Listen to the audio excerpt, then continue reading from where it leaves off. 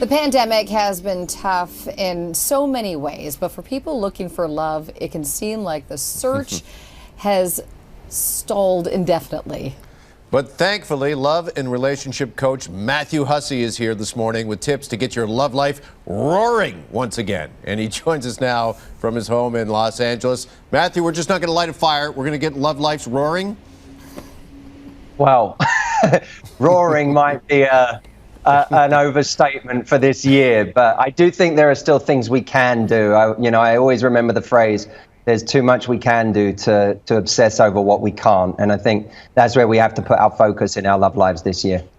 Okay, you say that we need to be careful not to operate in extremes, and you say my dating life, you say don't use this word, my dating life is on hold until further notice. Why is that?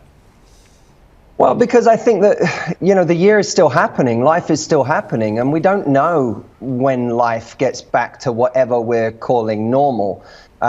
We have to live, we have to do our thing, and there are things we can do. We can still meet people. We can, I think it's kind of interesting, and I fall into this trap as well. It's kind of like when your friend says to you, oh, I hurt my arm, I can't play tennis anymore.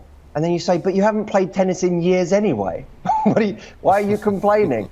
A lot of people are like that with their love lives this year. They're really upset. I can't go out and meet people now. And you're like, you didn't go out and meet people last year. What are you talking about?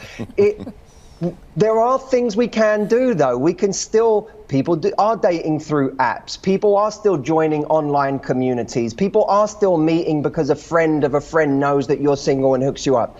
So that kind of black and white thinking, I do think is a problem. And by the way, so much of what contributes to your love life are the things that have nothing to do with your love life. The books you read, the things that you do as hobbies, the things that make your life more full and rich and interesting. Because we all know if we come to our love life needing that thing to make us feel whole, then we're going to put so much pressure on a new dating situation, we're going to blow it anyway.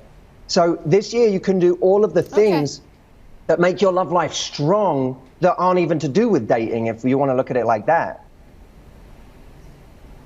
Okay, good insight there. But I'm going to get right to the specifics and what you can do when it comes to online dating, because we've seen those who do online date, they're doing a lot of it right now. And why not? I mean, this is a perfect opportunity. So when it comes to online dating, you say the key to standing out is to create unique pairings in your profile. Can you explain that? We don't fall in love with one feature, we fall in love with a package. Someone's very intelligent, we don't fall in love with them just for their intelligence. We fall in love because they're intelligent and it turns out they're a very sweet person. They're sexy and they're funny. It's always the and. And on social media and dating profiles, we tend to only put forward the one aspect of our personality we're really comfortable with. You have to show how rounded you actually are. It has to be, here's me in one context, here's me in another. Here's me, having a funny moment, here's me having a sincere moment. If you're only one thing, people can find you interesting, but that's not what gets people addicted.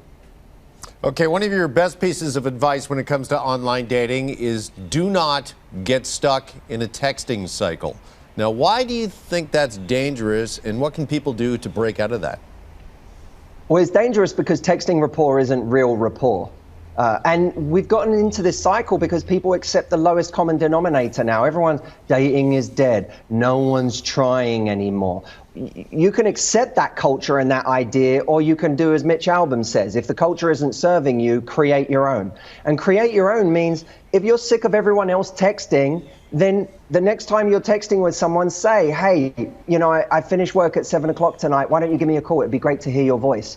We have to start actually. That's not demanding, by the way, and it's not aggressive. It's actually very sweet.